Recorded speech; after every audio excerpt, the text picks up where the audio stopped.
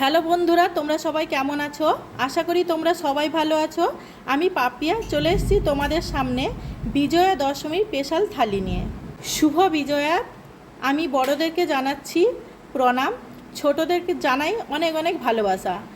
চলো এই এতগুলো পদ আমি কিভাবে রান্না করেছি কিছু কিছু তোমাদের সাথে শেয়ার করে নেব।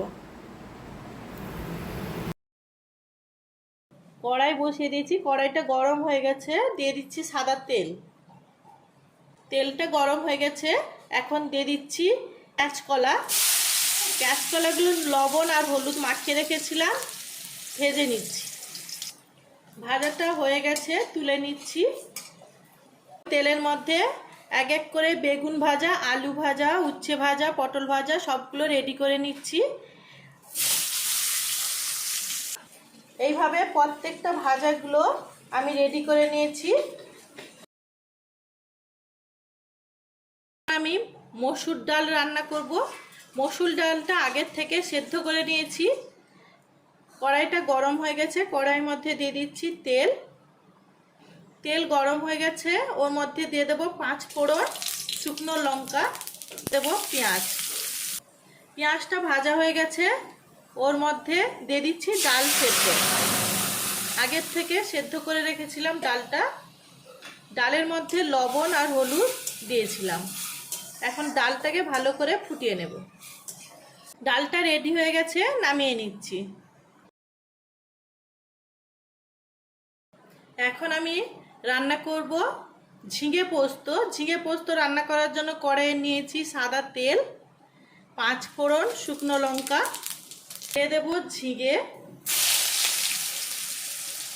ঝিঙেটা দেওয়ার পর ভালো করে তেলে ভেজে নিতে হবে। এখন লবণ কিংবা হলুদ কিছুই দেব না। ঝিঙেটা হালকা ভেজে তুলে নিয়েছি। এখন কড়াইয়ের মধ্যে দিয়ে দেব সাদা তেল। তেলটা গরম হয়ে গেছে, এখন দিয়ে দেব পোস্ত বাটা। পোস্তটা হালকা ভেজে নিচ্ছি।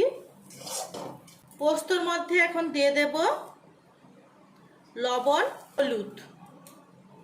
ওর মধ্যে দিয়ে দেব ঝিঙে। এখন আমি ওর মধ্যে দিয়ে দেব পরিমাণ মতো লবণ। লবণ দিয়ে কিছুক্ষণের জন্য আমি ঢাকা দিয়ে রেখে দেব। ঢাকনাটা দেওয়ার জন্য দেখুন ঝিঙে থেকে আরও অনেকটা পরিমাণ জল বেরিয়েছে। এখন আর ওটা ঢাকা দেব না। ওর মধ্যে দিয়ে দেব 5-6টা চেরা কাঁচা লঙ্কা। আপনারা চাইলে শুকনো লঙ্কাও দিতে পারেন কিংবা গুঁড়ো লঙ্কাও দিতে পারেন। ঝিঙে পোস্ত থেকে জলটা এখনো ভালো করে শুকোয়নি, আরও সামান্য একটু জল আছে। এখন ওর মধ্যে দিয়ে দেব 1 চিমটি চিনি। ঝিঙে পোস্তটা রেডি হয়ে গেছে, এখন নামিয়ে নিচ্ছি।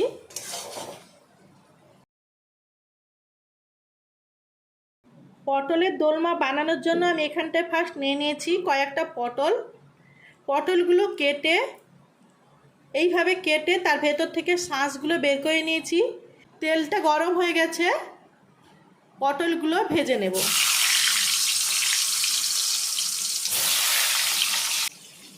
এখন পটলগুলো ভাজা হয়ে গেছে। এখন কড়াইয়ের মধ্যে দিয়ে দেব সামান্য একটু সর্ষের তেল। তেলের মধ্যে দিয়ে দেব কুচনো পেঁয়াজ, আদা বাটা। পেঁয়াজ আদা ভাজা হয়ে গেছে, ওর মধ্যে দিয়ে দেব কুচনো চিংড়ি মাছ, হলুদ, গুঁড়ো লঙ্কা, সামান্য একটু চিনি, চিকেন মশলা। এটা একটু কষিয়ে নেব। পুরটা রেডি হয়ে গেছে, নামিয়ে নিচ্ছি। পটলের মধ্যে পুরগুলো ঢুকিয়ে নিয়েছি, এটা রেডি হয়ে গেছে। দিয়ে দিচ্ছি মশলা, পেস্ট করে রাখা মশলাগুলো। এখন ওর মধ্যে দিয়ে দেব লবণ, হলুদ, গুঁড়ো লঙ্কা, চিকেন মশলা, এলাচ, লবঙ্গ, ডালচিনি। মশলাটা ভালো করে কষিয়ে নিচ্ছি। মশলা কষানো হয়ে গেছে, এখন ওর মধ্যে দিয়ে দিচ্ছি নারকেলের দুধ।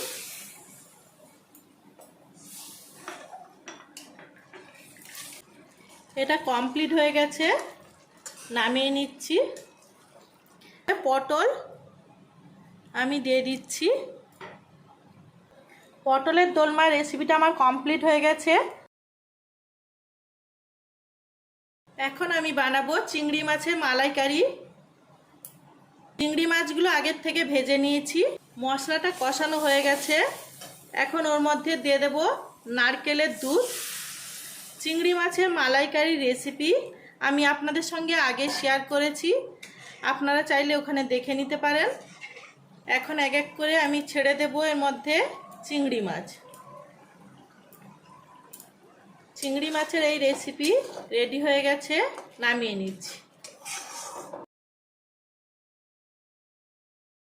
এখন আমি মাংসের মধ্যে দিয়ে দেব লবণ, হলুদ, এলাচ, লবঙ্গ, ডালচিনি, মশলার পেস্টগুলো দিয়ে দিলাম। পুরো দইটা দিয়ে দেব। যে পরিমাণ পেঁয়াজ কেটেছি হাফ দিয়ে দেব।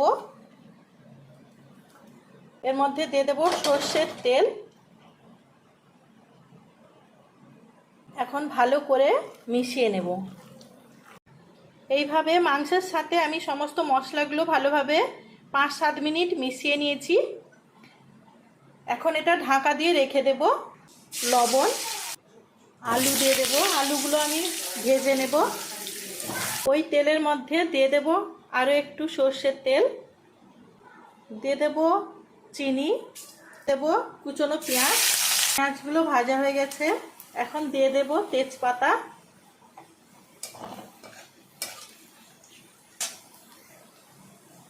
কড়াইয়ের মধ্যে দিয়ে দেব মাংস।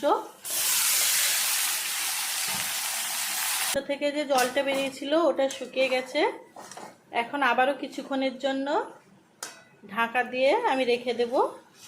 সময় আমার মাংসটা অনেকটাই সেদ্ধ হয়ে গেছে।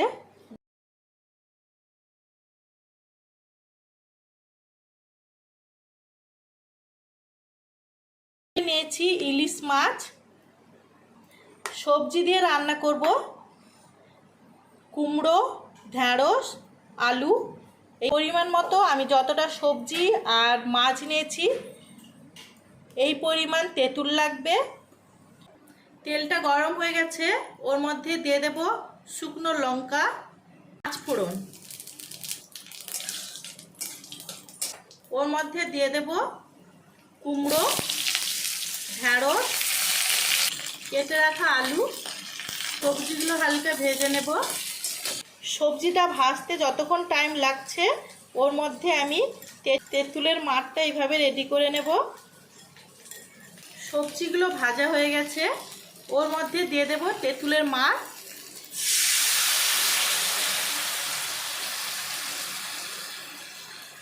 দিয়ে দেব পরিমাণ মতো লবণ, হলুদ, দিয়ে দেব। আমি ইলিশ মাছগুলো এখন দিয়ে দেব।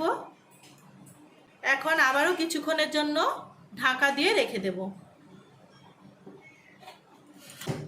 ঢাকনাটা খুলে এখন মাছগুলোকে উল্টে দেব। 1 চামচ চিনি দিয়ে দেব। টকটা রেডি হয়ে গেছে, নামিয়ে নেব। রান্নাটা নামিয়ে নিয়েছি, দেখুন কতটা সুন্দর হয়েছে। এখন আমি বানাবো চাটনি, টমেটো চাটনি। তাই এখানটায় কড়াই নিয়ে নিচ্ছি সর্ষের তেল। তেল গরম হয়ে গেছে, ওর মধ্যে দিয়ে দেব শুকনো লঙ্কা আর 5 ফোড়ন। এখন ওর মধ্যে দিয়ে দেব কেটে রাখা টমেটো। ওর মধ্যে দিয়ে দেব পরিমাণ মতো লবণ, হলুদ। এখন কিছুক্ষণের জন্য ঢাকা দিয়ে রেখে দেব। টমেটোটা অনেকটাই সেদ্ধ হয়ে গেছে। এখন ওর মধ্যে দিয়ে দেব কাজু বাদাম, খেজুর, চিনি। এখন আবারও কিছুক্ষণের জন্য ঢাকিয়ে রেখে দিচ্ছি। চাটনি রেডি হয়ে গেছে। নামানোর আগে দিয়ে দেব ভেজে রাখা জিরে গুঁড়ো। এটা নামিয়ে নিচ্ছি।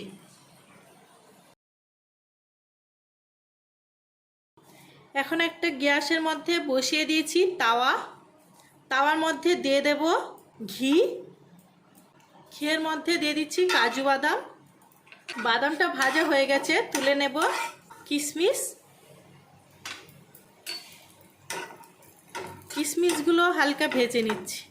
চালটা এইভাবে ভেজে নিয়েছি, ভাজা হয়ে গেছে, তুলে নেব। দুধ, এখন ওর মধ্যে দিয়ে দেব অল্প অল্প করে আমুল দুধ। তা ভালো করে মেশানো হয়ে গেছে। এখন ওর মধ্যে দিয়ে দেব ভেজে রাখা চাল।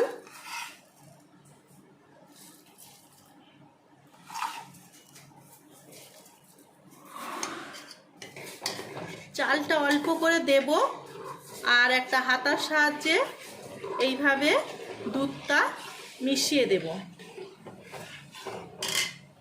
ভেজে রাখা কাজু বাদাম, এখন ওর মধ্যে দিয়ে দেব পরিমাণ মতো চিনি। পায়েসের মধ্যে যদি আমুল দুধ দেন তাহলে একটু চিনি কম দেবেন, কারণ আমুল দুধটা একটু মিষ্টি। পায়েসটা রেডি হয়ে গেছে। এখন পায়েসের মধ্যে দিয়ে দেব কিশমিশ, সামান্য একটু লবণ। পায়েসটা রেডি হয়ে গেছে, এখন নামিয়ে নেব। পায়েসটা নামিয়ে নিয়েছি, দেখুন কত সুন্দর কালার এসছে। আমার এখন রান্নাগুলো কমপ্লিট হয়ে গেছে। দেখুন আমি বিজয়া দশমীর থালিটা এইভাবে সাজিয়ে নিয়েছি।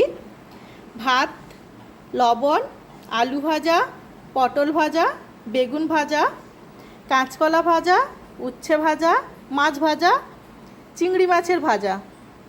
এখানটায় নিয়েছি ডাল, পোস্ত, এখানটায় আছে ঝিঙে পোস্ত, পটলের দোলমা, চিংড়ি মাছের মালাইকারি, খাসি মাংস, ইলিশ মাছের টক, চাটনি, পায়েস, নিয়েছি টক দই।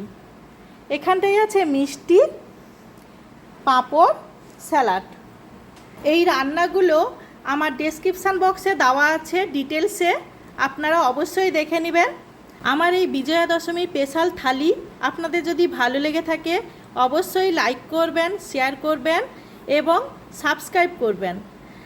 আপনারা সবাই ভালো থাকবেন, সুস্থ থাকবেন এবং পুজোটা এনজয় করবেন। ধন্যবাদ।